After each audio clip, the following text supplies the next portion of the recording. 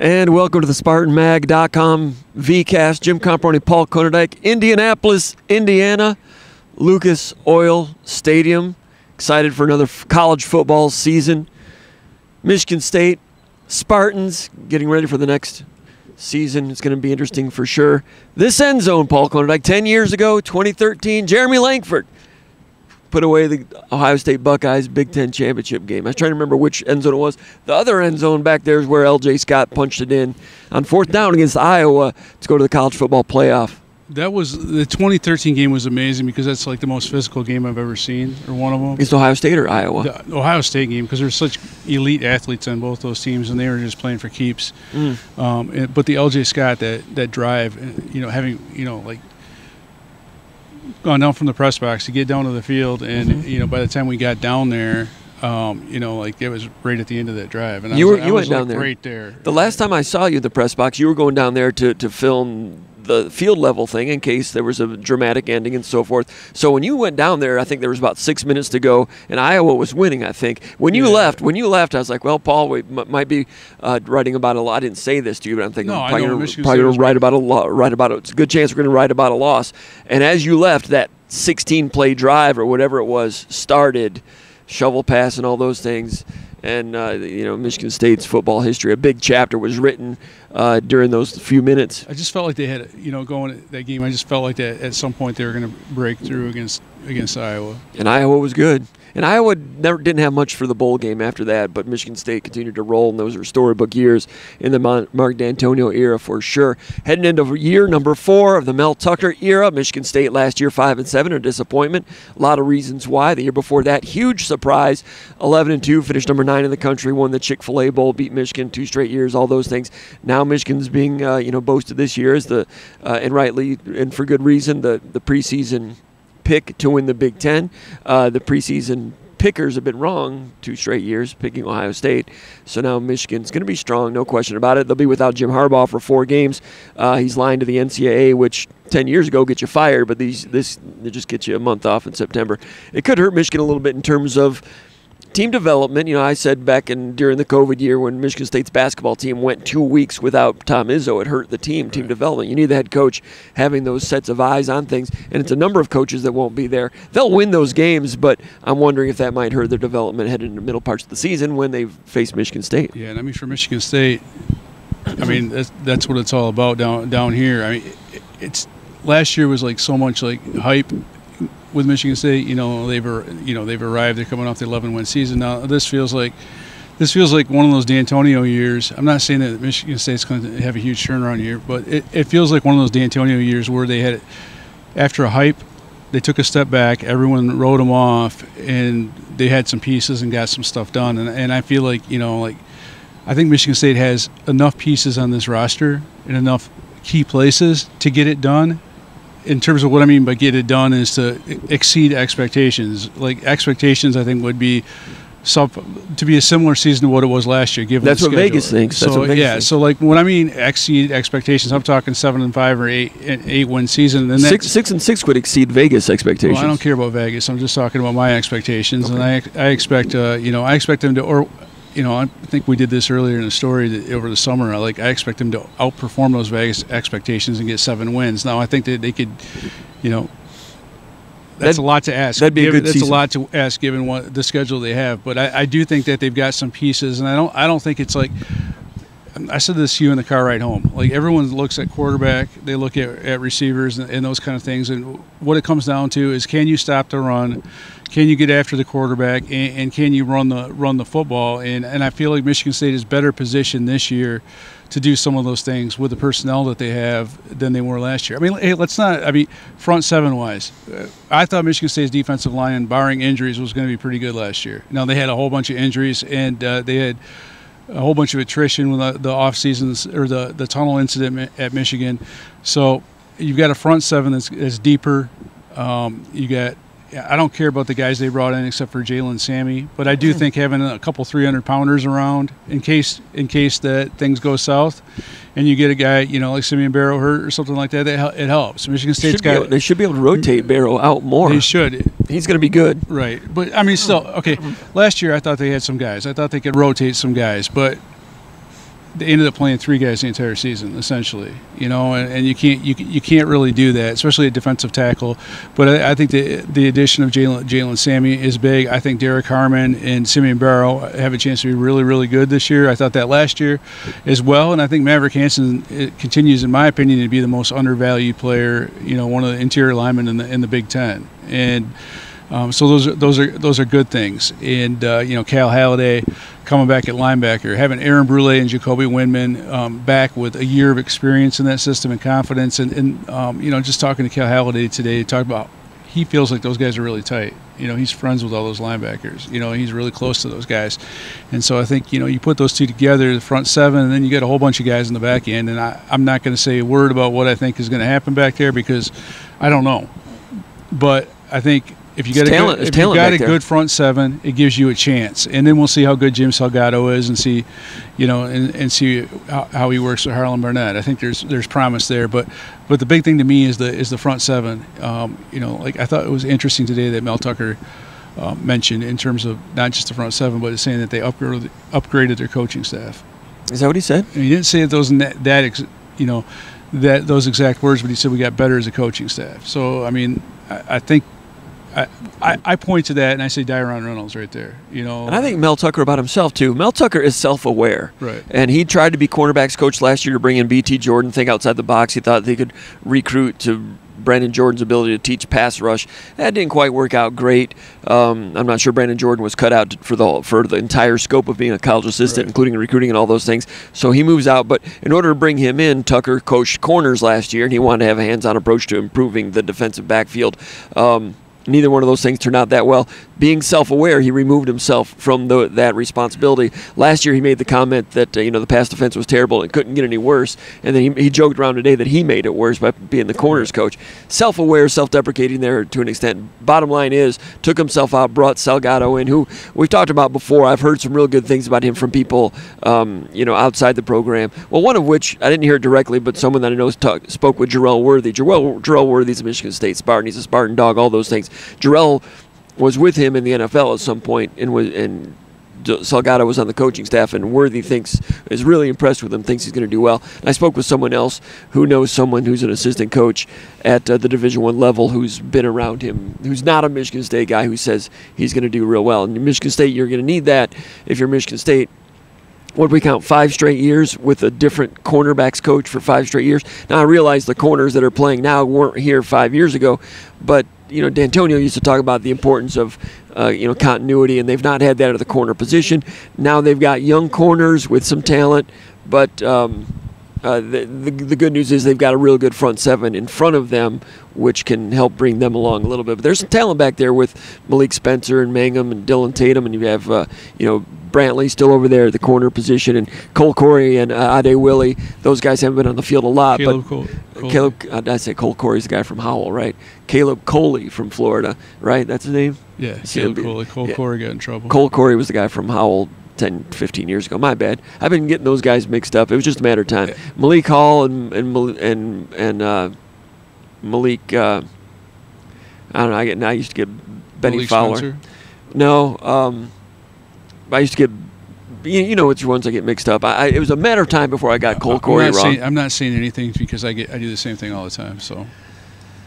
But there's some talent. Did I introduce who we are? Did I mention your name? Paul Konyndyk, ladies and gentlemen. Jim Comparoni, publisher of SpartanMag.com, associate editor of SpartanMag.com. Paul Konyndyk. It's a new football season. Yeah, and it's kind of the defensive front helps, and there's some sizable guys in there. They're going to defeat blocks and help that secondary come along as long as they get on the same page. Yeah, and then again you look at the defensive end position, and we don't talk a whole lot about that, but you've got a lot of guys coming back that have size, have experience. You have size, but you also have guys that have some guys that have some experience from last year, and but they are definitely bigger at defensive end, and Mel Tucker made it clear today that that's where they want to go, although that's no secret. He's been talking about that since he came in. So I feel like he feels that they have the closest approximation to the type of guys, the size-wise that he wants. He wants those NFL-sized front 7, and he's got it. And we'll see what happens. In terms of defensive backs, there's a ton of those guys, and Salgado has also got a track record with Harlan Barnett. You know, he came in for a bunch of coaching clinics when he was at Princeton. He gets along really well with Harlan Barnett, and you know, it just feels like those guys. Just watching them interact and seeing them even at camps this summer, those guys do well together, and I think it's going to work out. Quite frankly, I think that the defense has needed some checks and balances within the defensive coaching staff. I think there might be a better chance for some of those discussions to take place. We'll have to wait and see. Now we've got a month into preseason to talk about the team and how they fit and what we think about them. What about today and what we learned today? I thought that Tucker was kind of relaxed. And I don't want to say jovial, but energized. No, he was as comfortable in his own skin as we've seen him. I felt like a lot of these Big Ten Media Day, or the ones that I've been to, like, you know, with him, he seems like uncomfortable. Or you know, today kind of edgy. Well, in the past, I think he's been like careful. Wanting to, like, you know, stay within some lines. He still is a little bit careful. You know, like when you talk about NIL and stuff like that, he's not like going off and saying, I'd fix this, and this, and this, and this way. I thought today was more of his true personality. Yeah, and it's nice to see that too, because I think he's got a good personality. You saw him let it out a couple times, and I really feel like there's a couple genuine moments. Sometimes when he's here, it feels forced and like contrived, and I don't mean that in a negative way, but it's like it feels like he's reading off a script. Today I felt like it was more natural, but I felt like in the past he felt that he needed to read off a script, and it's not really him. Go ahead. But in saying that, I also feel like when you hear someone talk like that, you know, it lends me to believe that, or lends me to think that he believes a lot of things he's saying. And absolutely. You know, so sometimes when it is more contrived or it's like scripted or off a teleprompter, you wonder if guys really believe it. And you know, some of the things that he was talking about was, you know, better chemistry, and players believe that. You know, I'm still not sure about the whole complacency thing last year. You know, I tend not to buy into that when people say, "Oh, we were complacent," because it's kind of an excuse. Were they saying that? Trey Mosley has. You know, he's the one guy that will come out and say that. I think maybe they were at the receiver position, or maybe he feels like they were. But I do feel like these guys, in talking to them today, they feel like there's better chemistry. Tucker mentioned about the activities they did off the field to try to bring the team closer together. The dodgeball trivia night, putt-putt golf, and you know, Cal Halliday was saying, you know, they went out to a baseball game the other night. Went to a Lugnuts game as a group of guys. And trivia night might sound trivial, but the coaches are doing it for a reason. Right. I mean, there's a reason they want to bring the team together. Right. Dodgeball, man, I would love to see that. I really would. I mean, Duplain said the quarterbacks dominated. Well, you would think so, or the guys that played baseball. You know, it's good to be a receiver too, in that sport. Duplain said he did pretty well in dodgeball. So why is it a thing? A couple of reasons. Firstly, there's 41 new faces on the roster. And this day and age of the transfer portal, people leaving and people coming in, you have more players that don't know each other than ever before in the history of college football for all teams across the country, especially Michigan State. So you have all these new people in there. And it's easier for guys to fissure. I mean, honestly, you look at a guy like Trey Mosley who comes in at a 22-person, 23-person recruiting class. There's maybe 5 or 6 of those guys left. It's easy for guys like that that have been around that long, that have had to reach out and put their arm around a new guy every year and kind of teach him the stuff. It's easy for those guys to fracture and fissure. So when you have a guy like Trey Mosley who wants to get to know his teammates, when you have a guy like Cal Halliday who wants to teach the guys that are, younger guys that are coming into the program, when you have those guys that want to reach out, you got to take every advantage of every opportunity, because that's what keeps the team together. So it doesn't go sideways when the transfer figures out they thought they were coming in to start and they're not going to. And we do see some of that. Like Mel Tucker mentioned the long snapper today, the Mason Arnold, who came in from Ohio State, I believe it was, and he didn't last. He was in there in the spring and he got his butt beat by the other.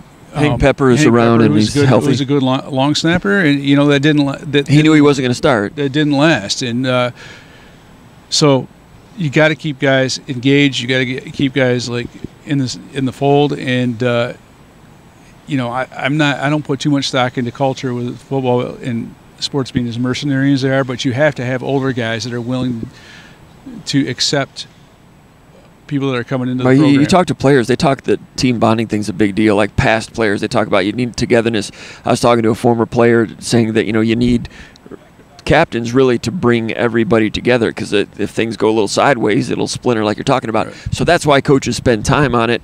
Why now? Because there's all these new faces and all these teams across the country. And Mel Tucker spoke today about if there was like a commonality of some of these things. It was, getting a handle on some of these intangibles that have a tangible difference on a team. Some of the things that might have went off the tracks a little bit last year. Health, retaining health. Of course, last year the injuries, 27 different starters on defense.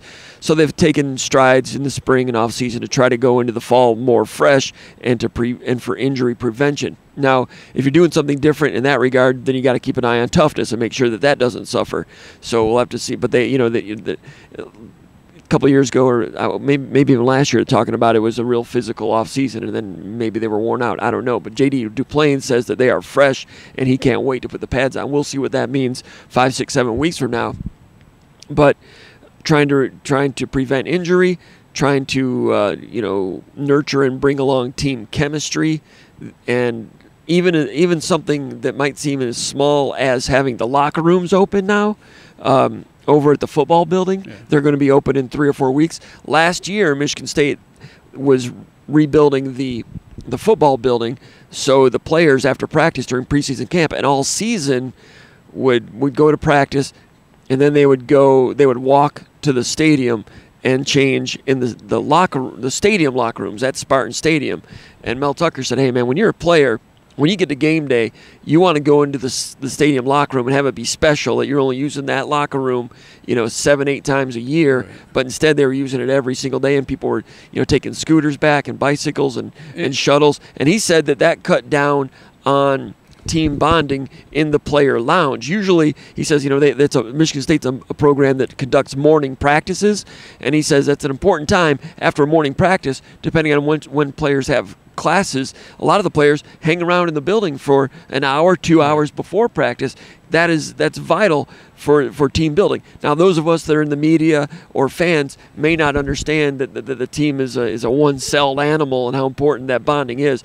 But look no further than coaches themselves in terms of the importance. Those things, the locker room, injury prevention, team building, whether it be a putt-putt, dodgeball, all those things have an intangible effect on a team and on a season, and Michigan State's trying to help bring those things along, and the other obvious things along as well, but those were some talking points today. Yeah, I mean, going back and thinking of it, when we had interviews and stuff like that on Tuesdays or player interviews, you see, I didn't think of it at the time because I thought, oh, well, this is an awkward situation, but you had guys coming into the or out of practice like one at a time, and it wasn't like over across the street when you'd have guys coming in like 10 at a time or 6 at a time or in bigger groups, or walking over in the summertime during training camp, walking over to Case Hall or whatever as a group.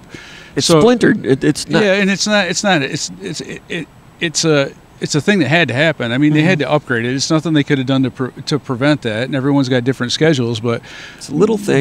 But those are little things that matter. And people like Izzo and Saban will tell you that those are big things. Right. That's important glue over the course of 25 practices. So if you're looking at 25 practices, and guys are spending an extra half hour to an hour. Tucker's talking like the entire season. Yeah. The entire season they're going over to the stadium, and we would see them on Tuesdays rather than being in their player lounge, hanging out together as a group more often. It just it made it difficult for the club to be a club. But the other thing too is, I mean, I think the toughest thing is with the way rosters are comprised. Which I thought was interesting because it's something I never thought about today. Right, but Tucker brought it up. Now that you think about it, it makes sense. Sure. It's one of those things. I'm not saying you can't quantify it and saying not going to a locker, being in the locker room led to this many wins or losses. It's one of those intangible things, and we've known over the years, covering Izzo and then D'Antonio, there's some of those years where intangibles really matter. Yeah, Tucker's just looking forward to having those tires on the track this year. That portion of it. Go ahead. Right, and I think that one of the comfort levels I think with him is I think he's comfortable with his staff now. I think a little bit more. There's more professionals. Mm-hmm. I'll say that with Reynolds and Salgado, but. Just a good vibe, like a quiet confidence type of deal. I don't think there's confidence. There's confidence. Yeah, I mean, and I've seen that over the years with D'Antonio. You could tell, like there's years where people didn't, thought they were, or Izzo. You just know. I mean, there's like that. Is it a hunch? It's an educated hunch. It's an educated guess or a knowledge, whatever.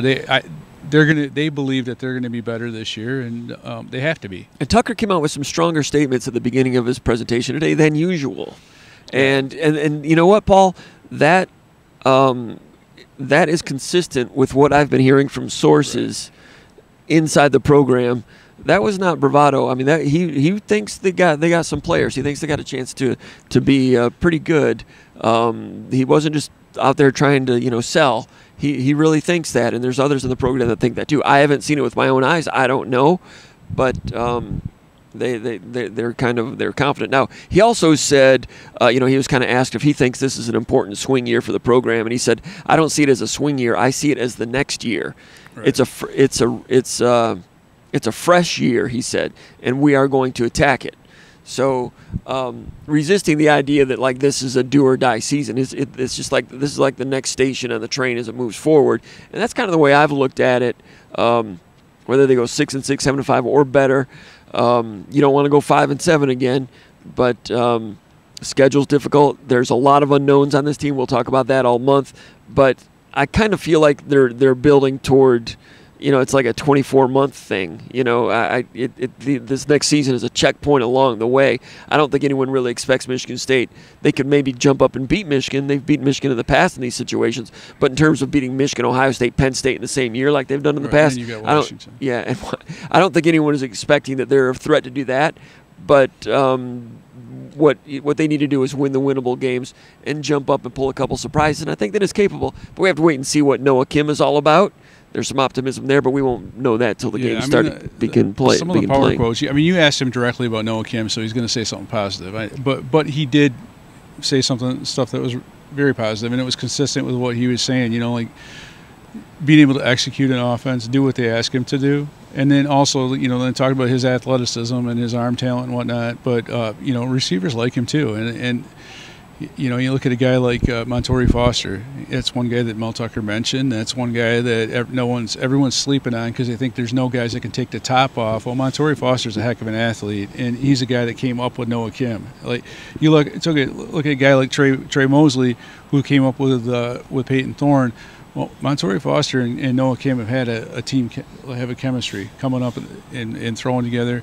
And what I found interesting is that Montori Foster's taking on more of a leadership role. I mean, that's good to see, but there's some guys, a little bit more talent, I think, in the receiving corps than people realize, and we'll see how it all works out. And honestly,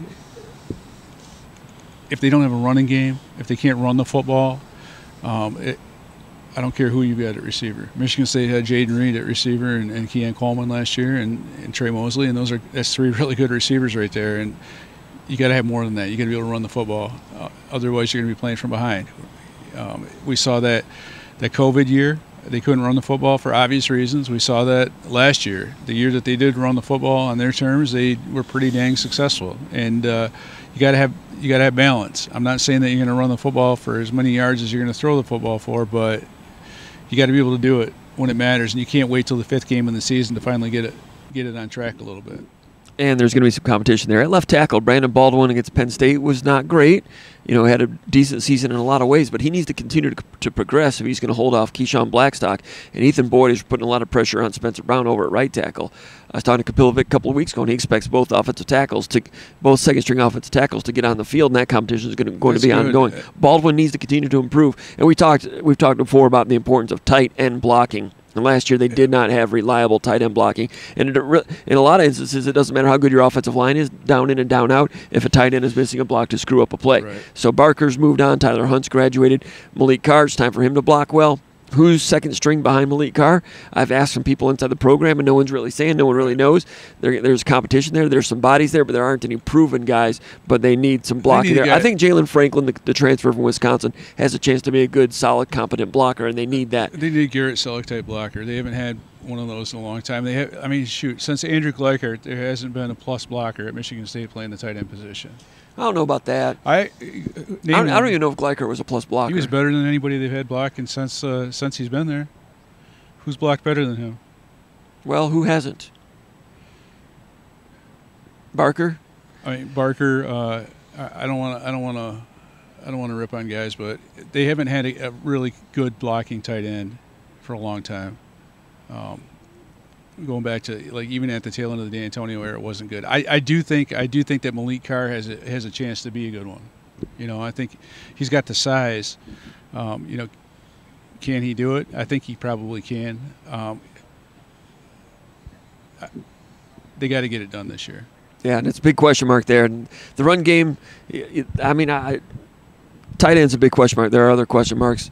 But I mean, there's plenty of bodies to choose from. I just wonder, you know, like Jack Nichols, second year, Masunas, second year, Yeah. second and third year. And we haven't really seen those guys on the field. Saw them a little bit in the spring scrimmage. I don't know what they're all about. Right. Evan Morris, a former kickoff specialist from Ovid, he's gained weight, he's gained strength. You know, Gilmore was talking about him in the spring. Evan Morris is like he possibly could be on the field. I mean, but he's the one guy that I saw a few times in the spring where I'm like, wow, he looks different. You know, like. He had a little edge to him too, and I like that. But can you do it? Can you do it within the construct of what you're doing? A lot of the thing is like consistency of those guys like working together. But you know, you go back. I want to just say something about Brandon Baldwin. He was so raw coming in. I really think he has a chance to take another jump. I mean, he really surprised me last year. Good news is he needs to because he does need pressure. But I mean, it's Ethan Boyd. You know, Boyd's going to be good. He's got that great body. You know, I remember talking to his high school coach and just saying it's going to take a few years, and he's got a chance to be really good. You know, he's athletic. He just doesn't realize how good he can be. And so it's really good to see those guys pushing. And it's a big deal because injuries do happen on the offensive line. And but Blackstock he's another guy that has an edge to him. So it's good to see that. And then I think. Just the kind of leadership core of the offensive line. You got some veterans that want to be there, and they're excited about, you know, Samac and Duplain are good dudes, and so it's kind of nice to have that nucleus, and then some guys that are coming along, and a lot of guys got experience last year. I thought Vandermark played well at times. Yeah. You know, like they got good experience last year. Mm-hmm. And he still is getting into his man strength a little bit too. Vandermark's got a good future, it looks like, at right guard. It was announced today that the game against the University of Michigan will be played a night game on NBC. J.D. Duplain was asked about that, and he was like, you know, we get up for every game. We'll play anyone, but that sounds good to him. Tucker was asked about it, and he said, we'll be there. Right. Get used to it. Your thoughts about get used to it because of the TV contracts. I mean, you talk about like get used to like night games. I mean, with the three different networks, you're gonna have a lot. You're gonna have a lot more of them. And Michigan State's is for the networks is a red letter mid-season game. Mid-season game. And last year, based on what happened, there's gonna be an interest out there to see if something else happens. See if, you know, like it is what it is, and you're gonna have more weird time slots and weird days when basketball comes along. You know, I thought that was interesting. We're here talking about football, but the commissioner of the Big Ten is talking about trying to figure out how to schedule basketball and how to schedule minor sports or Olympic sports. You know, with all the new TV contracts and stuff like that, it's going to be screwy. Mm-hmm. I'm not thrilled about night game Michigan State. Jim, we're old men. We're not thrilled about night games. There's nobody that's like old besides Jack Eblin. I like a night game. What about Jack? Jack Eblin, he who wants to stay up all night. He's cool with a night game or whatever. I'm okay with one once in a while. I'm not thrilled with three of them this year. No, I like the one, you know, the season opener night game, first weekend of September. You know, Labor Day, that one in Central Michigan. Tell me how much you liked it the next day. I like it. I like being able to get on with my last weekend of the summer after a Michigan State football weekend. It's a great thing. You know, one night game later in the year is okay, but yeah, three of them. So who are the other two? You get against Michigan is one of them. Penn State at Ford Field. It's funny when Franklin was talking about it today. He was talking about packing this building. He thought he was in Detroit today for a moment. Did you catch that? Yeah, I think that's all right. I've done that before. I think they all say that kind of crap. You know, like.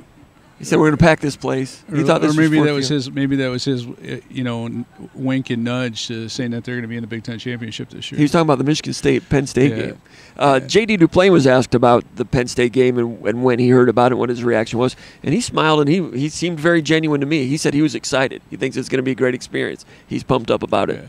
So the players like the idea of going and playing Penn State. In a neutral, a home neutral, you know, climate neutral. They like playing in NFL stadiums, and they played in several. Big news this week, and of course, this week and this month has been Northwestern with the hazing situation. So everybody's been asked about it. Tucker was asked about it. He says it's not a problem for us. We've addressed it. We have a no hazing policy. We bring it up all the time. And when the team reports next Wednesday and begins practice on August 4th, he says they'll go over it again. So he's no problem at Michigan State right now, Paul. Yeah, with that. You got to think if you're trying to build Michigan State's, you can call it a mercenary football team in some ways. But with the amount of guys that they've got coming in, you have to be welcoming. You can't, you've got to do things to bring the team together. And I don't get that the hazing thing. I don't either. How is that? To me, it's a vestige of a vestige of 1990s or earlier. I don't know. Or maybe the 1840s. I don't know. 1840s. If some of that stuff happened. You'd be getting hit in the head with a horseshoe. Yeah, maybe not the 1840s. Maybe, I don't know, but I don't know. To me, there's no place for it. No, and very disappointing that took place at Northwestern. I held Pat Fitzgerald in high esteem. I did too, man. Once upon a time, he was one of the good guys. Once upon a time, I held Joe Paterno in high esteem. It's disappointing, but anyway, no problem at Michigan State. Tucker forthright, confident about that. So if you're a Michigan State fan, if you're wondering. I took that at face value, Paul. That was a pretty awkward podium time for the interim Northwestern coach. That was pretty rough. I was trying to, write while I had that on in the background. But same thing for the, the breakout podium. The longer interviews, everyone had questions to get him. Even our guy Jack Ebling asked him a question, went out and tried to get a follow-up answer in the hallway. Really? Yeah, so big news. I mean, I guess the tough thing is that you got guys that are like, I want to give everyone the benefit of the doubt, but you have guys that are supposedly had knowledge of it or allegedly that are still coaching the team. So it just seems like really a difficult situation when you've got so many people that are that close to the situation still there. Obviously, Pat Fitzgerald is the guy that got fired, and rightfully so. He should have, based on what happened, but. That program has been on a steady decline for the last 3 years, and I don't see it disappearing. But at the same time, I just don't see how it can survive something like this and come out stronger at some point. This is really going to set that Northwestern program back, despite as much money as the Big Ten, rakes in. I mean, they got great facilities, but this is going to really hurt them. Mm-hmm. Because of the talent pool from which they draw. Mm-hmm. That's like the worst, in my opinion. There's a lot of other bad things that could happen, but that's one of those things where it's going to be really hard to be able to recruit the same guys at Stanford, Notre Dame are recruiting, or Cal, and sell Northwestern based on it's just the perception of that is really terrible for that program. And it's coming from a team that went 1-11 last year, so they're in a downward cycle in terms of talent. And now those players are leaving. Now you have a new coach coming in, and in the era of transfer portal, it's harder to transfer into a place like Northwestern. Really, a stock sell off. Illinois is a stock on the rise. They can benefit from that a little bit. Well, I just think that. They're just doing. I mean, they've got it figured out, I think. But they're starting to take in more transfers. So is that going to hurt them? I don't know. They did a really nice job with the players they had, and development wise. I don't know. There's a lot of unknowns. Bielema said today that, Bielema was asked today about Jim Leonard a little bit. They hired Jim Leonard as a support staff member. I mean, you have that guy coming in as a former defensive coordinator to help oversee the defense. Illinois, they're making a push. They's taking his time, and I don't know if this was common knowledge before, but nicer job than I thought Greg Schiano was a good hire for Rutgers, and I thought they had some potential. But Brett Bielema, in terms of program building the right way, at least my perception of what he's done, and maybe he had some good talent that did a nice job developing, but he's done a really, really good job of just kind of taking a program that I thought had less upward potential than apparently it does, and he's done a nice job with that and making them competitive. And it's good to see, because I do think in some ways the defense I really like what they did on defense, and I do like the physicality of what they do on offense. And they lost their defensive coordinator. He's the new head coach at Purdue, so we'll see if Illinois can keep it going. Michigan State beat Illinois last year, which to me was one of the great. It was the best moment of last season for Michigan State. Coming off of the tunnel incident, losing those players, going to Illinois. Illinois is red hot, physical on the road. I gave Michigan State no chance to win that game,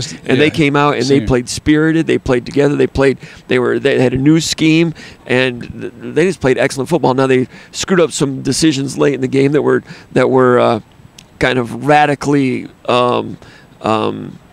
aggressive when they should have just ran the ball and played for a field goal at the least. But you couldn't play for a field goal with that long snapper and that kicker. So Tucker's like, we're just going to throw it, through an incompletion, left a minute and a half of the clock almost, and only up by 8 points. But they handled a very good, I'd say a very good Illinois team. An Illinois team that almost beat Michigan, maybe should have beaten Michigan. And Michigan State rose up and played really good football that day. When Michigan State lost to Minnesota last year, I thought they were staring at a 3-9 season. I really think they came back, they beat Illinois, beat Wisconsin. 5-7 is not great, but Tucker was able to rally them and get them organized for those 2 wins, which were no small task. I will say with the Minnesota game, Michigan State faced the best version of Minnesota that anybody faced all year. That Minnesota, pretty good Minnesota team, and they were peaking right then. That Minnesota team had good athletes. They weren't hit with the injury bug. They were tied together really well. And on the flip side of that, Michigan State was not in the situation yet where they could run the football. Like I said, you can't wait till 5 games into the season to be able to run the football. Michigan State was very much behind schedule in terms of running the football. And the defense was decimated. Right. And they came out in that game and they just played, a shell of a spring game defense. Right. And it was so easy for Tanner Morgan to pick them apart. Right. And they didn't want to say it, but internally, coming back from Washington took a lot out of them. That was brutal. The travel, you might not think travel's a big deal. And it's not just that; it's psychologically. They were up for the season. They were feeling really good about themselves, and there's a demoralization that happened in Washington. I know the game was close at the end, but that wasn't supposed to happen. They're decimated by injury. Michigan State was, yet Michigan State played their tails off at Washington, despite being down and trying to forge a comeback, lost to a very good team, and came back drained against a Minnesota team that was pretty good and peaked at that point. I mean, later Minnesota lost to Illinois and like petered out later, but at that point Minnesota I thought was headed to being a top 10 team. And I wrote after those 2 games, I'm like, watch, Minnesota and Washington are going to be in the top 15. Minnesota did, but then they fell out, but Washington ended up in the top 10. We thought going into the season that Minnesota was going to be good. I thought they were, and I know you did as well. They had the most veteran players coming back that year. The other thing is like the timing of the Maryland game. I don't want to rehash the entire season because you guys lived through it, but if Michigan State had got Maryland later in the season, then the timing of when they got them, it might have been a different outcome.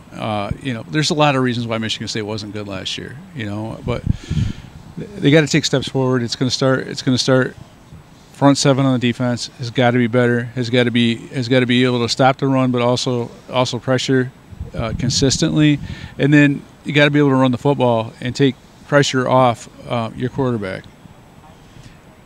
As far as other things we learned today, Darius Snow, Tucker's not closing the door on the possibility that he could come back. He's not guaranteeing much, but Darius Snow is still trying, and Tucker revealed, or he said, hey, that guy's had a long battle and he's working hard at it. No specifics on what the injury was, his lower body situation. It was a severe injury. A lot of people thought it was going to be career-ending at the time. Darius Snow has worked to come back, and Tucker says wait till practice, and he'll be able to assess it better at that point. But at that point, he's still just going to say he'll be ready when he's ready. He won't give any indications. But he did give Snow a lot of credit for battling to come back, and he's still somewhat. Me personally, cautiously optimistic is how I would. But you know what?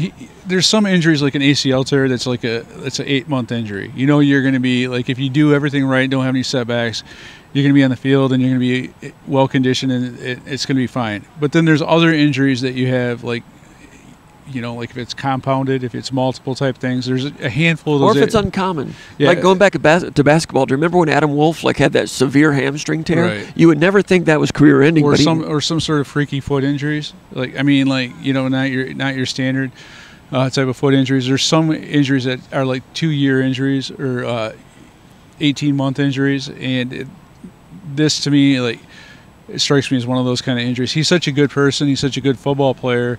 In the past, so Tucker's going to give him every opportunity. Yeah. He can to let him go out on his own terms.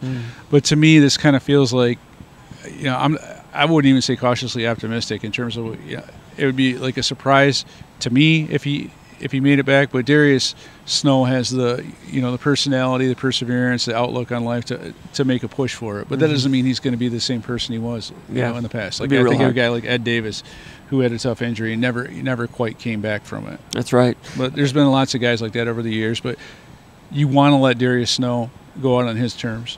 Yes. And me personally, I'm expecting Halliday and Winman in the middle with Brule playing a little bit in the slot sometimes, and Brule sometimes playing in the middle to relieve them, which is a good situation all the way around there. Snow would have been a great addition to that group, but I'm personally not expecting it. But good luck to him on that one. Halliday's bigger this year. That'll be interesting. Yeah, and he mentioned that in the spring. Did he look even bigger now? No, he looked bigger in the spring. He played so many snaps, and I think he is he? I didn't even see him today. Is he bigger than he was in the spring? He says he's bigger. He said he'd like to play it around. Because in the spring he looked bigger. He was for most of his career he's played at 220, and he feels like that's slight for a linebacker. Yeah, and he said there's times where he doesn't know how he made it through the day. In terms of like Cal Halliday, he's going to play until he can't walk. And for a guy at 220 to have that many collisions, it's not easy. And so he's hoping that it's going to help him out. He feels like it's good weight. It's not like he didn't look heavy to me. Like sometimes linebackers try to put on weight and it shows on their chin or whatever. He didn't look like that to me. And then they get slower. Yeah, he looked like it was. It looked like it was good weight. It's like it's not noticeable weight to me. Greg Jones put on a little bit too much weight for his senior year. And there's lots of guys that have done that over the years. All right, so Hank Pepper's back, long snapper. Like Tucker said today, you don't know you need a long snapper till you don't have one.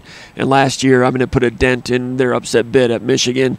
Because that game was like a 13-point. Well, they ended up losing 29-7 or whatever, but it was 22-7, which is a 2-touchdown game for a while. You're one break away from making that a one-score game. Michigan was the better team, but Michigan State was hanging around, and they've stolen them before. But the long snapper took them out of the game in that one. And the long snapper also figured into the Illinois game, and it figured into some of the chicanery at the end of the Wisconsin game and some others. The Indiana game it figured in. So I think it's a good sign. It's a good sign that Hank Pepper came in, or it's a factor that the fact that Mason Arnold left. Now they've got other long snappers in there, and I think Tucker expects to have two good long snappers. So I think Tucker experienced as a head coach, and you could say this is quality control, but until you've been bit by it. Right. I'll give him the benefit of the doubt this time, but I can promise you that he'll never be caught with less than two decent long snappers. And the strange thing, that long snapping was so bad against Michigan, and then the next week against Illinois is a little better. It got a little funky at the end where they couldn't quite trust it. Maybe the week after it was better. And I was left at that time saying, how did the second string long snapper, was it Donovan? Is that who it was? Yeah. How was he better? He was ranked really highly coming in. Like, how was he better 12 days later? Why wasn't he getting better in July and August? I could never figure that out. But Pepper. But at the end of the year, they replaced him completely with the Edwards kid from Sam Edwards. That was short snapping. I don't think Sam Edwards did the long snapping. I don't know who did it. I don't think Donovan did the long snapping in the last game. He was, but they got better with it. But why wasn't your second string long snapper improving in August before it's a problem? I don't know. Solve your problems before they happen, Paul. I agree. That's why I mentioned the quality control thing. But quality control. Now Pepper, can't really talk about what the situation, illness, injury thing was. He's back, but 7 months ago, there were some questions as to whether he was going to come back. That's why they went and got Mason Arnold. So sometimes and then Arnold didn't get the job. Now he's at Florida State. Arnold is. So, usually someone gets injured in October. They come back in August. It's like, oh, yeah, he's back. Well, this one, there were no guarantees he'd be back. Right. He is back. That's good news. That's huge news, man. It couldn't be better at long snapper. I thought Tucker's told an interesting story about Jalen Sammy today, the transfer from Colorado. He said, because they coached him when he was a redshirt freshman during Tucker's 1 year at Colorado. He says as soon as they saw that his name was in the portal, they ran. He said they were literally staff members running in the hallway to get in on him as soon as possible to invite him to Michigan State. So that speaks to their excitement about that defensive tackle. That maybe I shorted that stock a little bit. Well, he's the one guy that I would say, he's had a really good career. That would be like getting the guy that, is Maverick Hansen potential or plus. Yeah. You know, the other story he told was talking about like how he saved the Washington game, like they were playing, where he went and he dropped a kicker punt returner. Punt coverage. Yeah, he dropped 300-pounder on punt coverage. Yeah, it reminded me of the Lawrence Thomas in the Rose Bowl when was it Barry Sanders kid that he dropped? I can't remember who it was, but the guy was a fifth or sixth round NFL draft pick, pretty fast dude, and running back / receiver. And Lawrence Thomas at 285, 300 pounds, running down the field, and it makes a great open field tackle. I remember Kevin Vickerson back in the day making a great open field tackle on the tailback. That was it Fred Russell? I can't remember the dude at Iowa. You know, so I don't know. I mentioned the Vickerson, and I mentioned the Lawrence Thomas because you don't see that very often, and that's usually an indication of how determination and athleticism, because you don't. A big guy, a 300-pounder, doesn't make that play unless he's determined and athletic, and there's a high care factor. So when they added him, I said at the time, okay, they had already brought in Dre Butler and Jarrett Jackson. Yep. So then they're bringing in a third one, and it was not a position of need. So I'm like, they must love him in order to make room for that guy. I personally always think it's position of need. I don't care. Like that's the defensive tackle is the one position. You know, like it takes. You're returning 3 defensive tackles, and then you go and get 2 more in the portal. You've got 5, and you're adding a 6th. But my portal perspective is you had 2 from the portal to get 1. You know, like if you're getting cast-offs or guys that have been to the third school, in my opinion, that's the way you got to think about it. And the other thing is it takes pressure off Alex Van Summer, and you know, like I hope has a good training camp, but that's the guy that a lot of people expected to be like in the rotation by now, and he's not quite there. So he was a true freshman. He was a true freshman. He was, but you know, like given Michigan State's issues on the interior defensive line last year, the fact that they're basically only playing 3 guys, you would think that a guy that size would have been able to get, you know. I didn't really think they had issues on the interior defensive line. I thought that was the one area that was pretty good every single week. It was good, but those guys are wearing down. Barrow and Hansen and Harmon. I mean, they played hurt. I mean, that's one of the issues right there. I mean, you don't have other guys besides them because, like, Barrow was hurt. Was he? A little bit. He's been hurt like he was wearing the club. He's got every single year he's been hurt a little bit. So Sammy, I see Sammy as being the 4th wheel in there. Yeah, and I think that's a quality 4th wheel. He could push. You know, like those are guys like you want the best defensive lines are the guys that are coming in.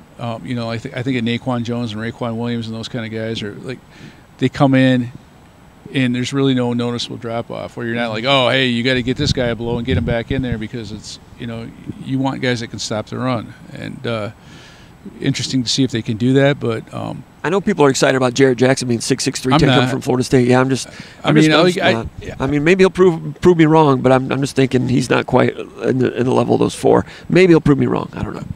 Just because he went to Florida State, which excites a lot of people, but I watch him. It doesn't excite me because, like, to me, if he was that, he would have been that. I mean, he started at Louisville, went to Florida State, and then he's here now. Maybe it's a bunch of injuries. I do think that Chris Bogle, you know, like on the defensive end, I think he's got more upside, you know, because of what I've seen him do. Just in a limited, you know, he's firm against the run. But I'm not gonna until I see it. I'm not going to put any stock into it because I'm not falling for the measurable hype. I'm not falling for like the mere speed hype. You're not going to hear me sit here and talk about how Alante Brown is going to be the greatest receiver or is it going to be able to pick up the slack for someone. You got to show it to me on the field, and I'm going to be really gun shy about, you know, training camp hype stories this year because I've had a few too many of them. And, you know, I'm going to err on the side of caution, on the side of caution. Well, we don't get to watch practice. Right. So they bring people in, and the people talk about who's good. The players talk about themselves. Coaches do a little bit. It's kind of hard to cover from our point of view.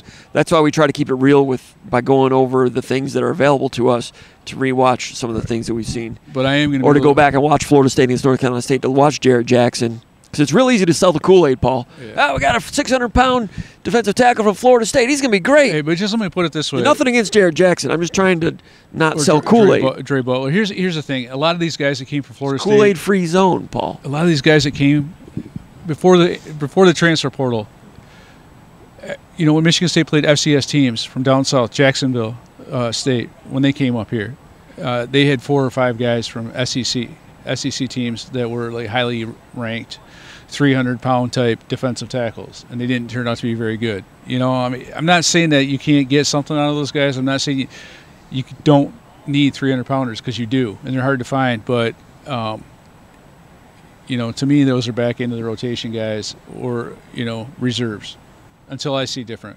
If they were like razor thin in defensive tackle and really needed help, I could see those guys coming in and playing a role and providing a purpose. Like Jalen Hunt and Deshaun Mallory did.